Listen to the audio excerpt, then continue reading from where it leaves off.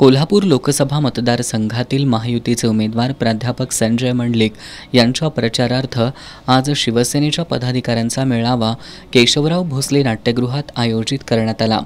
यावेळी बोलताना राज्य नियोजन मंडळाचे कार्यकारी अध्यक्ष राजेश क्षीरसागर यांनी मुख्यमंत्री एकनाथ शिंदे यांनी सर्वात जास्त निधी कोल्हापूरसाठी उपलब्ध करून दिलाय, त्यामुळे त्यांचे हात बळकट करण्यासाठी या लोकसभा निवडणुकीत संजय मंडलिक यांना विजयी करा असं आवाहन केलं। त्यांनी सतर्क राहून काम करावं, अन्यथा गय केली जाणार नाही असा दम पदाधिकाऱ्यांना भरला।